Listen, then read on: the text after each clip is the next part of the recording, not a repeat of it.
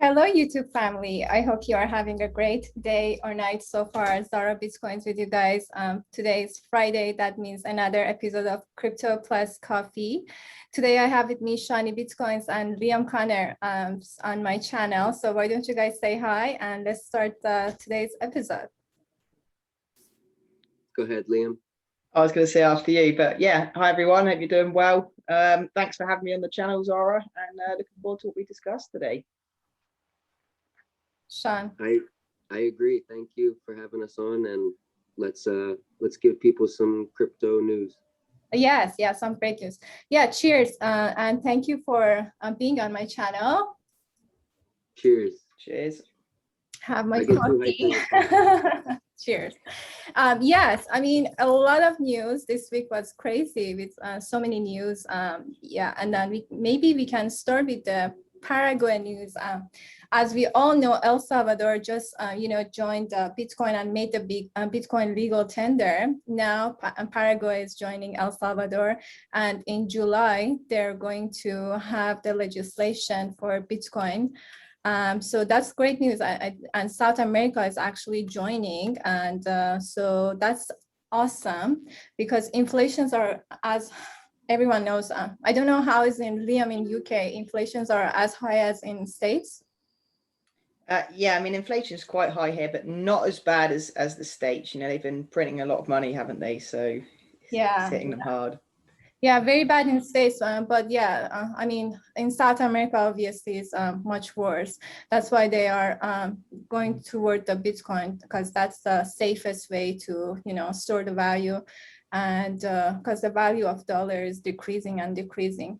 And how they Paraguay are convinced to come to the Bitcoin is the news that come up from a group called Cinco, one of the Paraguay's largest entertainment companies, that they are planning to accept cryptocurrency starting next month. They're going to accept Bitcoin, Ethereum, Shiba Coin, and then Chilis. So, Sean, let's have your point on that. I mean, as I was saying in the previous videos, El Salvador is going to be the first, but the whole thing we were looking for is who's going to be next. Like, it was just El Salvador was just setting the stage. And that's crazy to see another country come that quick and say that they want to be a part of it too. I guess now countries are, they don't want to be the last one to do it. So first two is really good. That's all I have to say on that one. Yeah, it's much harder on El Salvador, especially because they, requested money from the, international money lending, but they are giving them some hard time.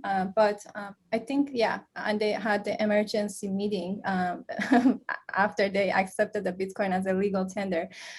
But I mean, they already made that, and that's approved, so there is no way going back. So I guess I hope international money lending companies cannot, don't force these countries to go back, to the dollar. But Liam, any idea on that? Do you want to share anything with the audience? No, I just agree with what Sean said, really, in the fact that it's great that another country's come out. No one wants to be last anymore, and yeah, I mean, it's just a great thing. And the question is, who's next? Exactly, right. I guess also maybe Mexico, they're moving forward, but yeah, we will see. That's the great news about Bitcoin. Hopefully the market changes and the Bitcoin price will go up with these countries moving forward the Bitcoin. Anything with the market? What's going on with the Bitcoin market now?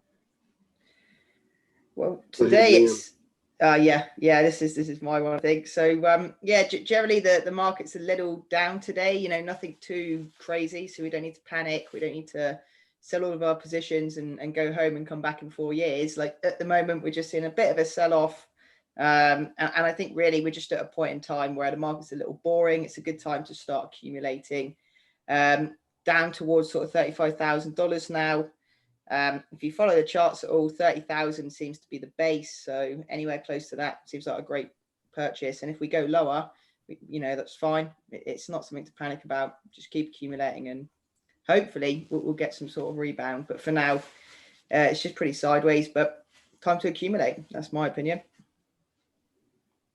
Yeah, I think on the if you look at the long time frame, it looks like Bitcoin is kind of doing what Phantom did before Phantom exploded, where it went up, bull flag, and then it comes like halfway down, and then it's going to actually explode from there because it already has a resistance point. So it's coming down, but you'll watch, it's going to turn up. And I think this is a bull flag if you're looking at it the way I'm looking at it. I said that before, but I honestly think this one is going to pump. I don't think we're going to go back down to like 33, 32. Just doesn't seem right on the chart. What do you got, Zara? Yeah, I think we are going to go back. Obviously, we're going to go up again, but I don't know how much. Yeah, I'm waiting to see the 60K again. I think we all are. Yeah. Hopefully, yeah. And the thing is, right, I just want to say, like, you don't want to focus on like the smaller time frames, right? Looking at whether it goes to 33, 38, the bigger picture is what matters. And what we really want to just see is Bitcoin carry on this bull run that we've been in. And anything lower than where we are now, it's just a great opportunity to get involved. People wanted to get in at 60,000 thinking it will go higher. Well, now we're at 30. I think we're at 35,400 right now. I think it's just a really good opportunity. Yeah. Can you guys bring up a chart? Liam, do you want to bring up? Yeah, can I screen share? Is that? I think you can screen share, yes. You just need to enable it. Yeah, you need permission. He needs permission. Oh, okay. I can share my screen. That's fine. Let me go CoinGecko. Yeah, because the last time I looked at the chart, I was like, oh man, that's a bull flag. Like it does that. It goes up and then it comes down a little bit and then shoots up. Right. Okay. Awesome. Ready. Let me share my screen. Okay, I'm sharing my screen with the Bitcoin. Okay, let's do it. Let's go to 7 days first. Okay. Let's go to 14 days actually. Let's go to 30 days. Sorry. Let's look at the bigger time frame. Okay. Boom. There's the bull flag. But let's look at even higher, 180. Let's look at 180 days. 180 days. Boom. See, that's the bull flag. And then go all time. I'm going 1 year. Yeah, see, that's right before it comes up. It makes that little last turn downwards, the last sell off until, there's nowhere left for it to go because it already has resistance points all over there. Yeah. Okay. And the high was 67. Oh, wow. Okay. Yeah, I think that's, it's going to come right back up there, in my opinion. It could be wrong, but that looks like it's going to just turn upwards. Yeah. The way I look at it is, we're down from the highs about 50% right now, aren't we? If you look where it says all-time high, it should say how far we're down, which is minus 45%. That's a good opportunity to buy, right? I mean, you just have to think how much lower can you really go before, like you say, Sean, it does turn around and go back up. So yeah, I think this is the move right here, but we'll see. Everybody, we'll see. We'll find out soon. Yeah, we'll find out. Absolutely. I'm going to move into the Goldman Sachs. These banks, sometimes they're against and sometimes they accept. So they're just added that they're going to have Ethereum option to their, investors. So anything you want to add, Sean? I think it's big for Ethereum. I think Ethereum's going to be priced a lot higher. I think it's worth a lot more than what it's worth. Being able to, being the first one to put all of the coins, being able to make all the coins tradable with each other and making like a virtual machine is like, they're the first to do it and they're the most reliable and they haven't been hacked. I mean, the price should be a lot higher, in my opinion. I think it's good news. Yeah, it's great news, and it's good that they are adding the Ethereum as an option, and finally they're accepting crypto, and they have no other choice than accept it because they have to, or else they're not going to be needed. exactly. like you were saying. Yeah. So Liam, has it in UK, the crypto acceptance? So they actually banned crypto derivatives for retail customers at the latter stage of last year. So obviously that's not what you want to see. And like Sean was sort of touching on with the institutions, right? You kind of want a situation, or they want a situation where they're still needed, or they're still relevant, or they've got a competitive advantage over another institution. It's exactly the same with countries, right? So I think, it's a mistake for the UK to have done that. I think it just puts them further behind the rest of the market. So hopefully, exactly. hopefully they'll reverse their stance on that one, but we'll see. Exactly. It's like, it's not the countries who accumulate the most gold anymore. It's the countries who accumulate the most digital gold. It's changed, So Iran and Japan and the US are going to be the top countries in the future because they have the most gold and they have the most digital gold, which is the more digital asset, more limited asset. Because gold, we really don't know how much they have in the earth. You could find gold potentially anywhere forever. We don't actually know. But the crypto, there's a limited supply. There's an actual amount, which is making it so valuable. That's why this price can't stay at this price. It can't. Absolutely. Yeah, and it's much easier for everyone, but you just need to have internet access, and like exchanges like Meyer Exchange, which we are gonna talk about it later. In a matter of a few seconds, you can just trade your crypto with anyone else in any Yes, in the exactly. world.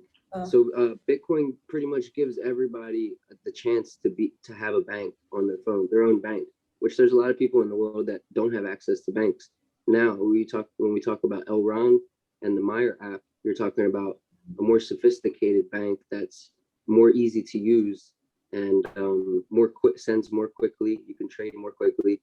You can earn rewards on the app for making certain purchases. You can make your own hero tag. You can make your own name, so somebody can send you money without sending a long code. Yeah.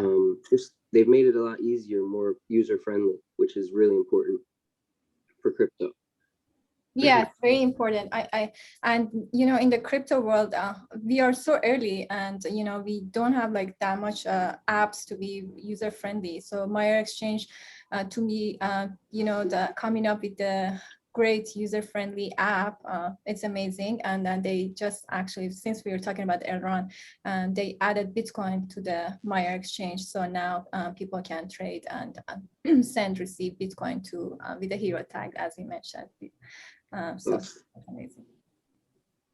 Yeah, that's awesome. Yeah. I mean, I'm actually super excited to be living in this era, with the technology and, crypto. I think it's so excited. Like, and every day when I go to Twitter and, receive this, like, the news about different projects. I mean, we're going to talk about persistence and the P-Stake that they just come up. It's amazing. It's amazing. And yeah. Yeah. Can you explain the P-Stake a little bit? I'm gonna give the floor to Liam on that. He's Okay. much more expert. I can talk about it as well, but Liam, let's start with you. Since we're in the topic of persistence, let's talk about the persistent, and let's talk about the Tushar interview, and let's go from there. Sure. So do you want me to start P-Stake, or do you want to start with persistence, from the beginning? Yeah. Let's start from the beginning.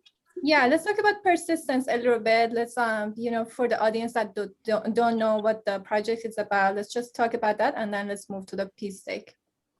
Okay, so persistence is first of all, it's a blockchain. It's a proof of stake blockchain.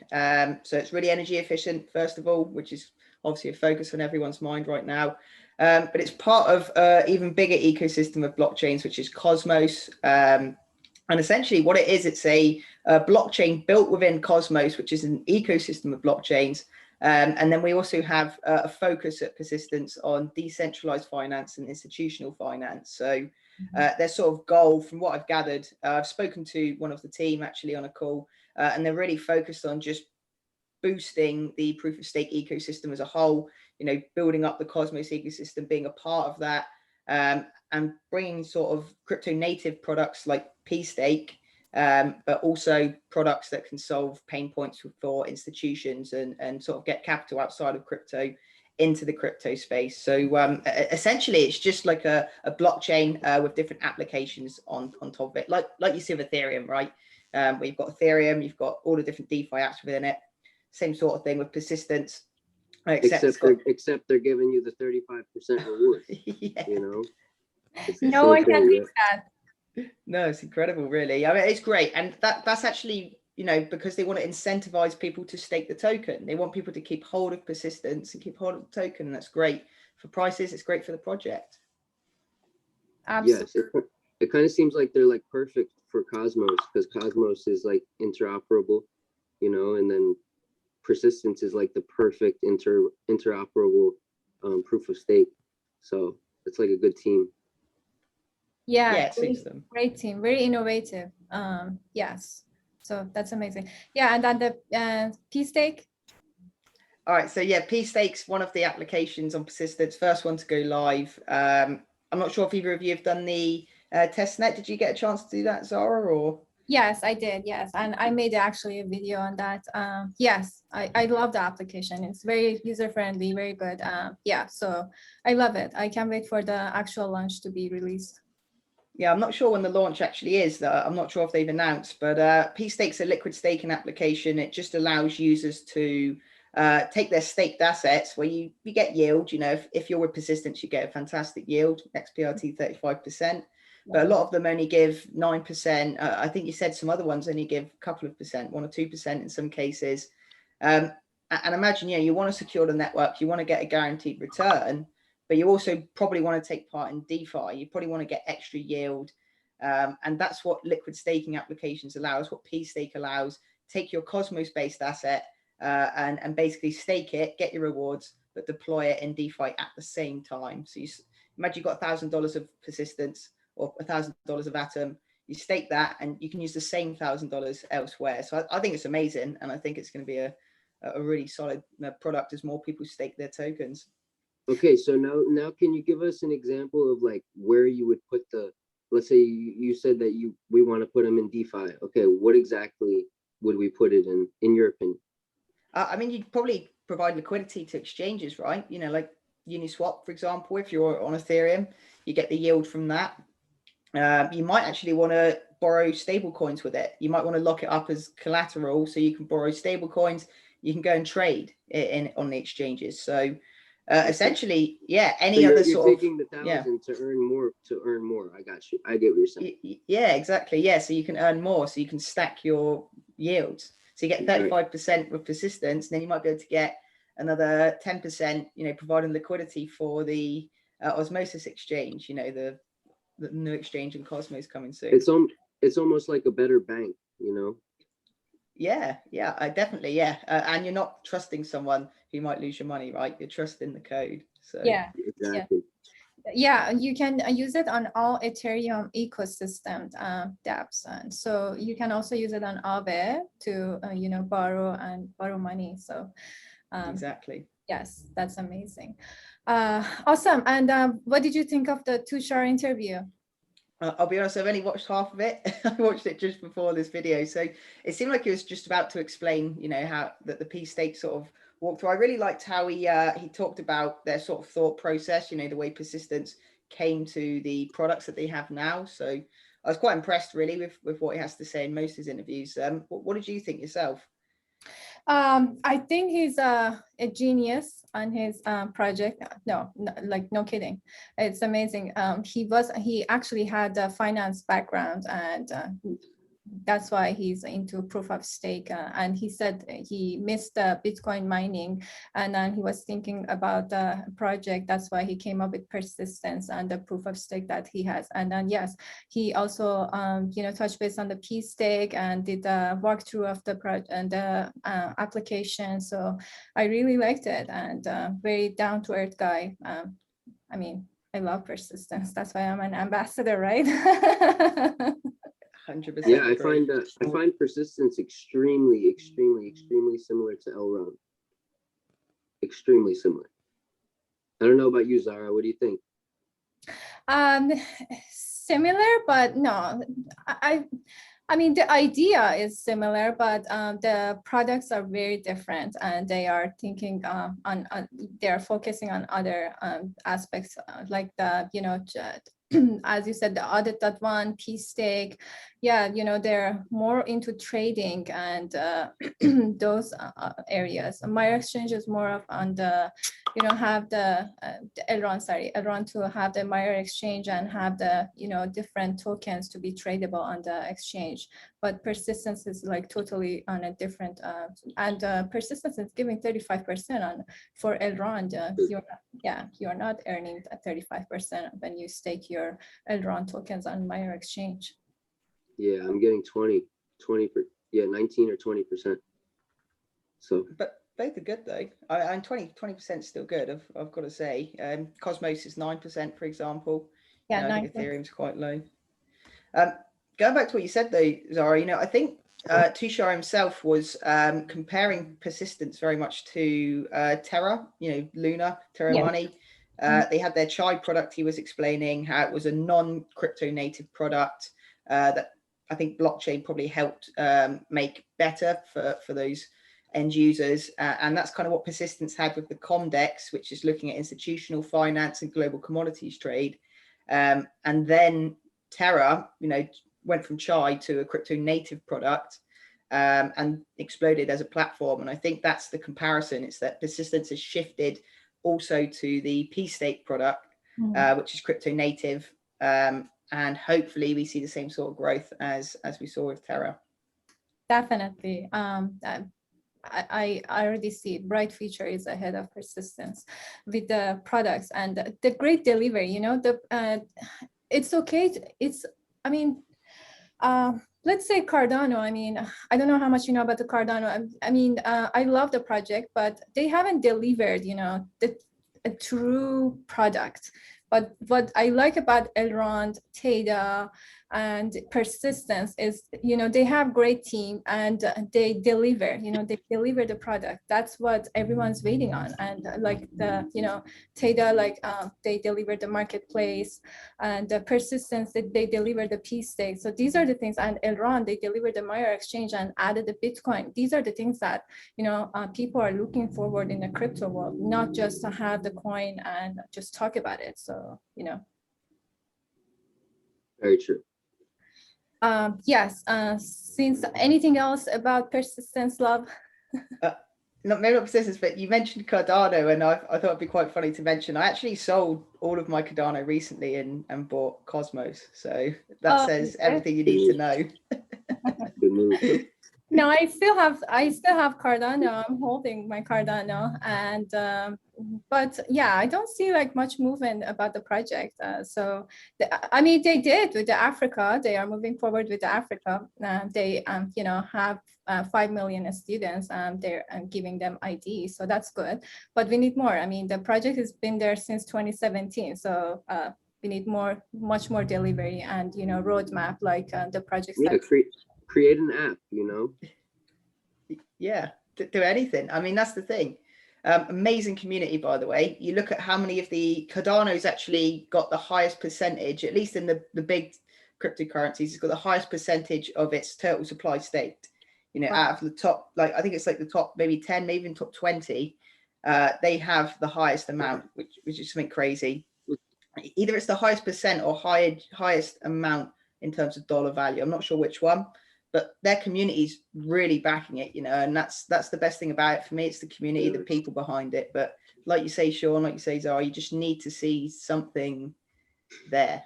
Right. Yeah, but it's like Dogecoin though. Nobody saw anything developing on Dogecoin, but it went up fucking 100 times because the community is so hot. So that's all really. Yeah. Right now, that's all it is.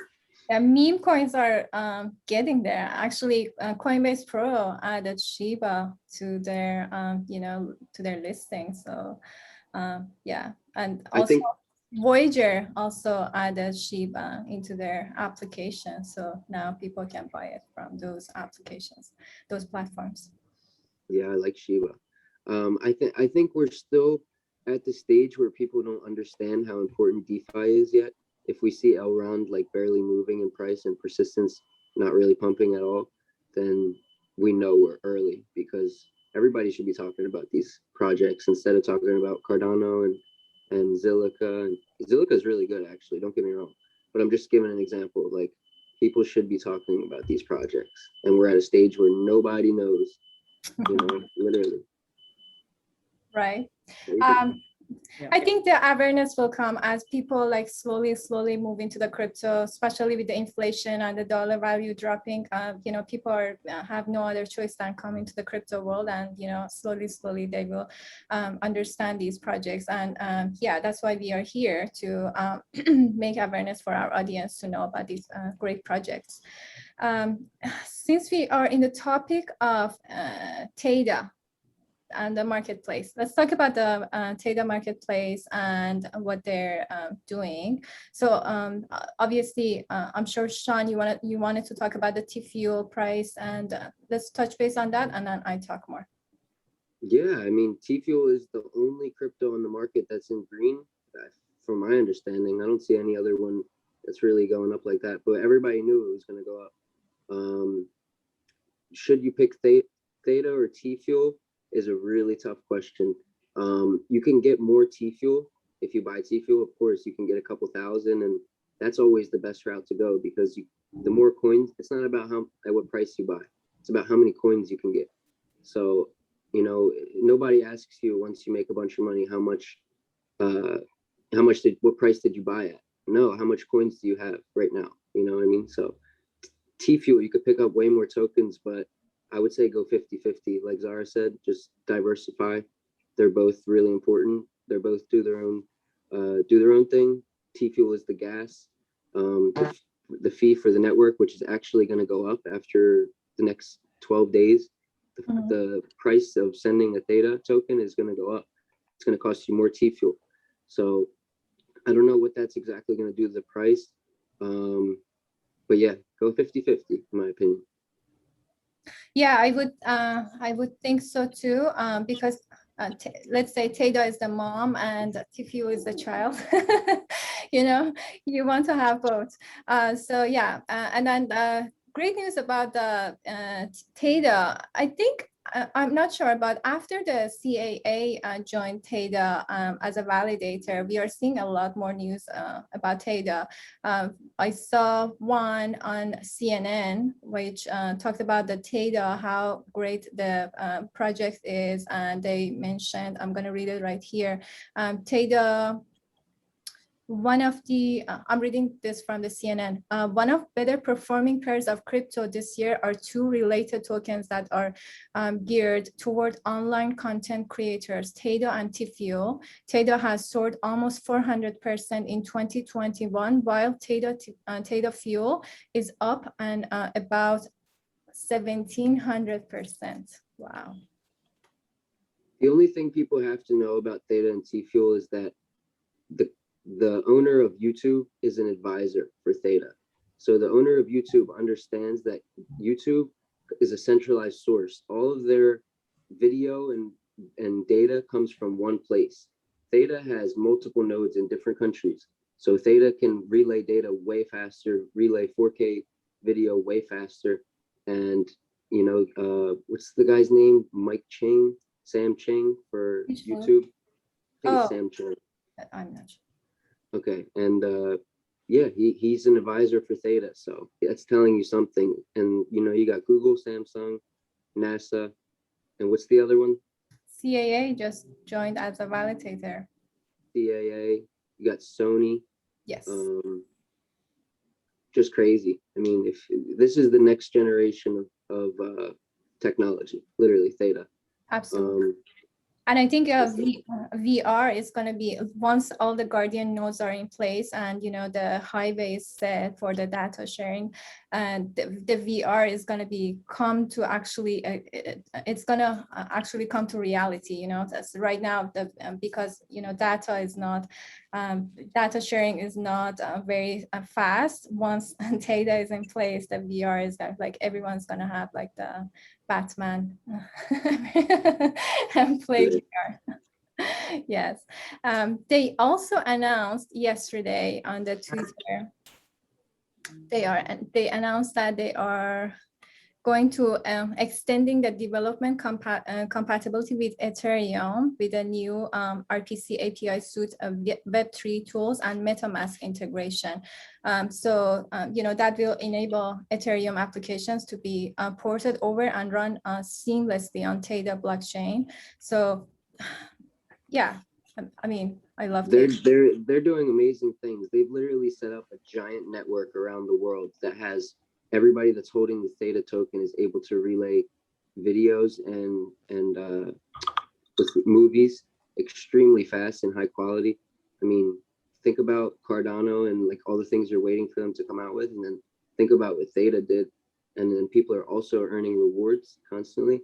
And then you're going to be able to actually be an owner of an NFT, and that's the whole thing about Theta Marketplace is they're coming out with a marketplace that actually allows you to have ownership on the blockchain of your NFT, and like you have the rights to it and everything, which other NFT projects haven't really come out with because it takes time.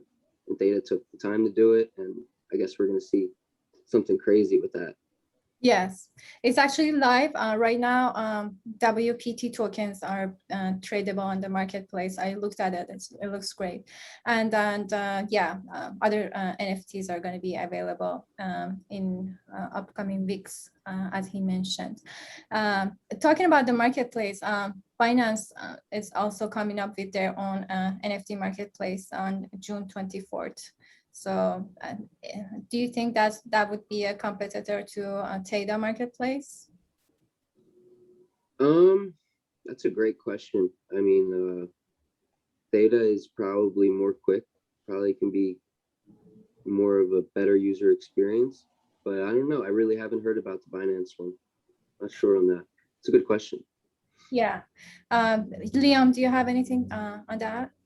I mean, I just took a quick look before this call on Binance and the NFTs. I think it's a centralized marketplace, right? So it's from it's like so Binance Exchange. Throw that out the window. Yeah, we don't like centralized. We only like I think it is. Don't quote me on it, but I'm pretty sure from what I read. But I think with the centralized like platform, they just get a little bit of an advantage, don't they? At first, they're a bit quicker to deploy because they can just get something together really quick. Decisions are made fast. But in the long run, from what you just said, Sean, I mean, Theta sounds like a definite long-term. It's complete. It's complete decentralization, and you have over 60% of the Theta tokens already staked, and the price is still only $9.50. This might still be the best investment ever. When I bought Theta at 40 cents, 50 cents, I heard that it was the best investment in the history of investments, and it actually turned out to be. Theta and Tfuel ended up being like the top investment of the whole year, stocks, everything included. It really is. It's going to perform even better because more people are going to figure out about it, and more tokens are going to be staked. Just crazy. It's crazy. Yes, I mean Binance we have Binance US. It's not a huge exchange in US, but obviously in Europe and UK, everyone's using Binance. So I think let's see on June 24. Let's wait on that, and then on another episode, let's come back and see how the marketplace is. Is it successful or not? And we can talk about that. They've got some good celebrities already, haven't they? Collections coming on Binance. They've got Lewis Capaldi. I'm not sure if either of you have heard of him. He's I think he's just a singer, or a songwriter. Michael Owen, footballer. Alphonso Davies, another footballer. And I think they got OG esports as well. So they do have a few collections coming, but lots of NFT platforms do. So it's competitive, I think, the NFT space. Yes, I think so too. And since we are in the topic of NFTs, McLaren announced that they're actually coming up with their own NFT platforms, and they are going to use Tezos. So the platform will be NFT, illustrating McLaren racing history, heritage, and famous drivers. And then the McLaren cited the proof of stake model that covers the Tezos network. So, as part of the agreement, the race suits McLaren Formula One drivers will carry Tesla's branding. So that's another news about the NFT. I think NFTs are getting like huge and huge, like every day. You know, these like McLaren, maybe next day Ferrari. Yeah, I mean, they're finding ways to use it. They're finding ways to like give people incentive and like little treasure hunts and like, you know, just give people like, I don't know, a different view of their company. So I think people are gonna, you know, big companies are gonna start really getting into it, because just like the World Poker Tour, you know, they're doing that for a reason, because they realize that people want to be in crypto. They want to be in, they want to make their own digital art. They want a piece of the history. It's just like a trading card, you know, so. Yeah. Interesting. Yes, it's very interesting. Yeah, and as we all mentioned, it's a digital world now, and no one wants to carry cards anymore. So they want, yeah, people want to have the digital version of what they love, and you know, for these. Yeah, now it's important that that people are actually getting ownership, you know, because that's a real big thing in crypto, is like there's no regulations. So how do you know that thing is really yours? That's why Theta went and created the NFT marketplace, where you can actually own your own piece and you have the rights to it. So that's a big step for crypto, I think, for Theta and for other blockchains to follow that, you know. So Absolutely. that's my view on it. Yes. Yeah. Yeah. Since we're in the topic, what's your favorite car? My favorite card? You mean crypto card, NFT? No, car. Since we talked about McLaren. I like the Tesla. I gotta go Tesla. Okay, all right. Yeah, nice. Liam? I think I do like the McLaren Mercedes SLR. Nice. I just like it, looks really, really slick. Yeah, but I don't know much about them, to be honest. Yeah, maybe you can buy the NFT.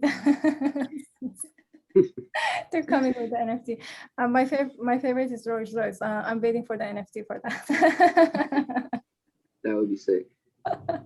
Right.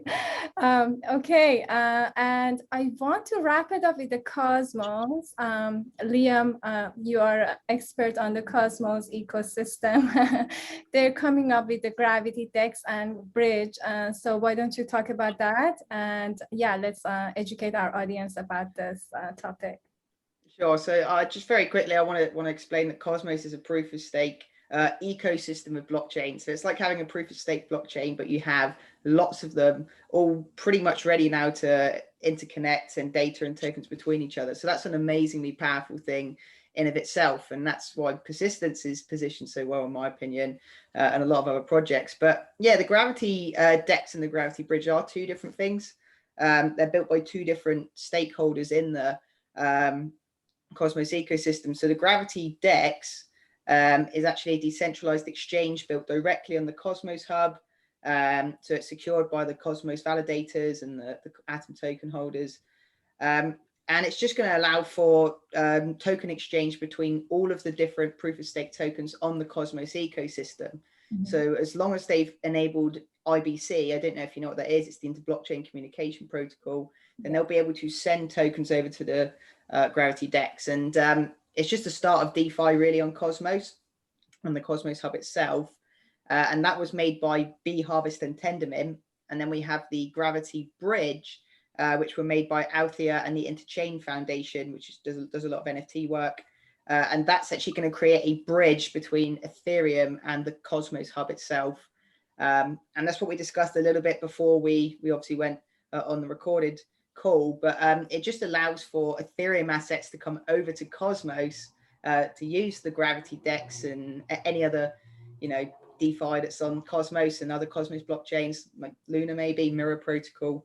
But also it allows for Cosmos assets to go onto Ethereum to be used in DeFi. So basically, once that goes live, as long as Cosmos DeFi has advantages over Ethereum DeFi, it's going to be used, isn't it? Cheaper fees, quicker transactions. As long as it's more usable than Ethereum, it's really going to sort of pull a lot of value off of Ethereum potentially onto Cosmos. And I think that's really interesting. It's great for Persistence, great for Cosmos. Yeah. And when does this Gravity DEX come out? I've heard the 6th of June. That's secondhand information, so I'm not sure. Not 6th of June, sorry, 6th of July. So yeah, yeah, second-hand information though, so don't quote me on it. The gravity bridge, I'm not sure what the date is on that one, so we'll have to wait and see. Yeah, so that automatically means another exchange listing for persistence. Yeah, well, we got one today as well, didn't we? I don't know if you saw. No, I didn't see it. So another Cosmos exchange, Osmosis, is going live tomorrow, Okay. where its own token. And persistence is going to be listed on that tomorrow. Yes, So yeah, I saw that. Mhm. Awesome. Okay, awesome. I didn't hear you guys. That's crazy. Yeah. and yeah. Yes, yeah, with the ERC 20 tokens to be tradable with the Cosmos ecosystem, I think it's going to bring a lot of liquidity to the Cosmos ecosystem. So yeah, it's going to be great. And yeah, thank you, yeah, for explaining that to the audience. Anything else? And as you mentioned, the IBC persistence actually activated the IBC on the in the persistence wallet as well. So that's live as well. And do you guys have anything else that you want to bring to the audience? Just that I think Bitcoin is about to go up. I would say this is like the last sell-off, so everybody should grab some, and then revisit this video. If I was wrong, leave a horrible comment. I probably won't look at it. But, no, I'm just kidding. I will. But yeah, I think it's going to go up here. So clear skies ahead. I would. Oh, sorry. Go on. Go ahead. I was just going to say, along with you know, the Cosmos gravity bridge, quite interesting is there's going to be a P bridge as well in the future, which bridges persistence with not only Ethereum but other blockchains as well. I don't know too much about it, but I know that is what powers P stake in itself, and I think that's going to be really exciting when the team figure out how best to utilize that. So I'm quite excited for that as well. Wow. Yeah, I am too. And thank you for mentioning that. It's going to be great. Yes. You just know about it, the bridge is got the P bridge is going to be there. No other information. Yeah, well, there's a little bit on. There was an article I found on one of the team members. I think it was on LinkedIn actually, which talked about the P bridge being part of the P stake sort of like architecture, if you like. Okay. And I spoke to one of the team, and they didn't reveal anything, you know, to me as to what P bridge will do. I can't like make any spoilers or anything either, but from what they said, it sounded like there was a lot more from P stake and P bridge. So I'll be really excited to see what comes from that. Yeah, I am too. Yeah, thank you for bringing this great information for us and the audience as well. Yeah, and thank you Liam for being on my channel, and Shani, as always. Without you, the Crypto Plus Coffee would go nowhere. No, it's been a pleasure being on, and I think you know, it was great to sort of talk with both of you. You keep it kind of quite friendly, and it's quite good fun. So I enjoyed it. Thank you. We enjoyed it as well. So if you don't have anything else, obviously I'm going to have Liam and Sean's both channels on the description for you guys to follow their channel as well. And yeah, I hope everyone stay blessed. Have a great day or night. And yeah, thank you for joining. Bye, guys. Thank you, guys. See you later. Later, guys.